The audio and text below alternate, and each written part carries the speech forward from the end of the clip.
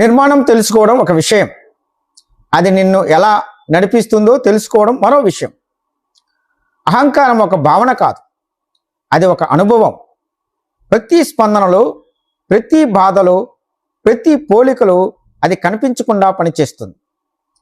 మనకు అనిపిస్తుంది ఇది నా స్వభావం, ఇది నా నిర్ణయం, ఇది నా నిజం. కానీ లోతుగా చూస్తే అది ఒక రక్షణ వ్యవస్థ. అహంకారం బయట కాదు, అది అనుభవ రూపంలో లోపల జీవిస్తుంది. ఈ భాగంలో మనం అహంకారాన్ని సిద్ధాంతంగా కాదు, అనుభవంగా చూస్తాం. నీవు అనుభవించే ప్రతి బాధ వెనక ఏ భావన దాగి ఉందో చూద్దాం. ప్రతి పోలిక వెనక ఏ భయం పనిచేస్తుందో చూద్దాం. ప్రతి ప్రశ్న వెనుక ఏ నేను దాగి ఉందో గమనిద్దాం.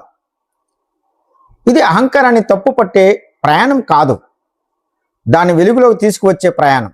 ఎందుకంటే గమనించినది కరుగుతుంది. ఇప్పుడు అహంకారం ఎలా అనుభవం అవుతుందో చూద్దాం. ముందుకెళ్దామా? అనుభవం మరియు ప్రభావం, వాటి గురించి చర్చించుకుందాం. మొదటిది అహంకారం యొక్క రూపాలు. అహంకారం ఎప్పుడు గట్టిగా అరవదు, ఎప్పుడూ అది ముసుగులో వినమ్రతతో వస్తుంది. నేను గొప్పవాడిని అనేది ఒక రూపం, నేను ఏమీ లేను అనేది మరొక రూపం. పైన ఎత్తే లోపల కూల్చే, కానీ రెండిటి కేంద్రం నేను. అహంకారం కేవలం గర్వం కాదు, బాధ, కోపం, సంతోషం అన్ని రూపాల మధ్య దాగి ఉంటుంది. సాంకేతికంగా చూడాలంటే అహంకారం ఎప్పుడు మన భావనల, మన పనుల, మన సంబంధాల మీద ప్రభావితం చూపుతుంది. మరొక రహస్య విషయం, ఎప్పుడూ నాకు అహంకారం లేదు అని అనుకుంటే అది అతి ప్రమాదకర రూపం. ప్రశ్నల్లో అహంకారం, ప్రశ్నల లోపల అహంకారం దాగి ఉంటుంది.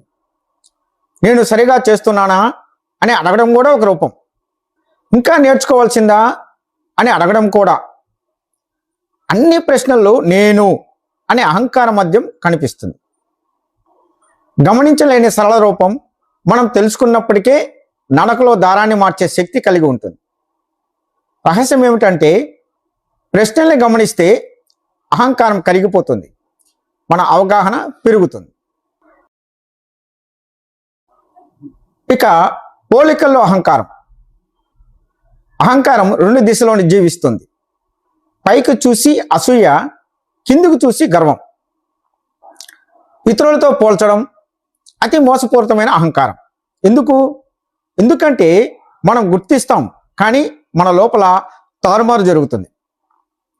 అతను బాగా చేశాడు నేను అని పరిగణించడం, ఆమె సంపద ఎంత అని కొలిచే ప్రతి మినిట్, ఇది కేవలం లోభం కాదు, అది అహంకారం. రహస్యం ఏమిటంటే పోలికల్లోని మనలోని అసంతృప్తి, ఆత్మవిశ్వాసం లోపం దాగి ఉంటుంది. ఇక బాధలో అహంకారం. బాధ నిజంగా పరిస్థితుల వల్ల కాదు, బాధ నేను అనే భావన గాయపడినప్పుడు వస్తుంది. బాధ కేవలం బాధ కాదు, అది మన అహంకారానికి ఇంధనం లాంటిది. ఎందుకు నాకు ఇంత బాధ అనే ఆలోచన కూడా అహంకారం. నేను ఎక్కువ కష్టపడ్డాను అనే భావన మరింత బరువు పెడుతుంది. సూక్ష్మ రహస్యం ఏమిటంటే బాధలో మునిగిపోయే ప్రతి మనిషి తన అహంకారం దాగి ఉన్న నిజమైన తార్కికత చూడదు. గమనిస్తే బాధ ఒక ఉపాధి, అహంకారాన్ని కరిగించే అవకాశముగా మారుతుంది. తార్కికత అంటే మన అహంకారము తనకు తానుగా రక్షించుకోవడానికి తయారు చేసుకున్న అంతర్గతంగా న్యాయీకరణం, జస్టిఫికేషన్ ఆఫ్ మెకానిజం.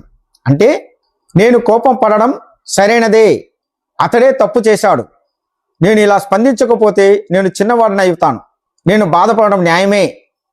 ఇవి నిజమైన తర్కం కాదు, ఇవి అహంకారం తయారు చేసిన రక్షణ కథలు. దీని గురించి లోతైన విషయాలు రాబోయే వీడియోలో చర్చిద్దాం. అహంకారం ఉన్నంత వరకు బాధ తప్పదు, నిజమైన తార్కికతను చూడదు. గమనిస్తే బాధ ఒక ఉపాధి, అహంకారాన్ని కలిగించే అవకాశముగా మారుతుంది. అపోహల్లో అహంకారం. అహంకారం ఉంటేనే మనిషి ఎదుగుతాడని అనుకుంటాం, కానీ అది భయంతో నడిచే ఎదుగుదల. అహంకారం లేకపోతే మనిషి బలహీనవుతాడని అనుకుంటాం, కానీ అహంకారం లేకపోవడం అంటే అసహాయత కాదు, అది అంతర్గత స్థిరత్వం. మనం నమ్మే అపోహాలు మన అహంకారానికి రెక్కలు. నేను ప్రత్యేకుణ్ణి అర్థం చేస్తారని అనుకుంటే అది అపోహ. ఎవరు నాకు అర్థం చేసుకోలేరు అనడం కూడా అపోహే. రహస్యం ఏమిటంటే ఈ అపోహలతో మనం మనలోని గిరాకీగా మారిపోతాం, అసలు స్వతంత్రం మర్చిపోతాం. గమనిస్తే అపోహల ద్వారా అహంకారం పెరుగుతుంది, మన అవగాహన కూడా తగ్గుతుంది. అతి రహస్య విషయం, అహంకారాన్ని నాశనం చేయలేం, దాన్ని గమనించవచ్చు మాత్రమే. దానితో పోరాడితే అది బలపడుతుంది, దానిని అంగీకరిస్తే అది కరుగుతుంది. అహంకారం శత్రువు కాదు, అది ఒక రక్షణ యంత్రాంగం. రహస్యం ఏమిటంటే అహంకారం ఎక్కడ బయట కనిపించదు, ఇది మన లోపల నా భావాలతో దాగి ఉంటుంది. నేను ఈ క్రియలను చేసినాను అని అనుకోవడం, నేను ఈ పరిస్థితిని గమనిస్తున్నాను అని అనుకోవడం కూడా.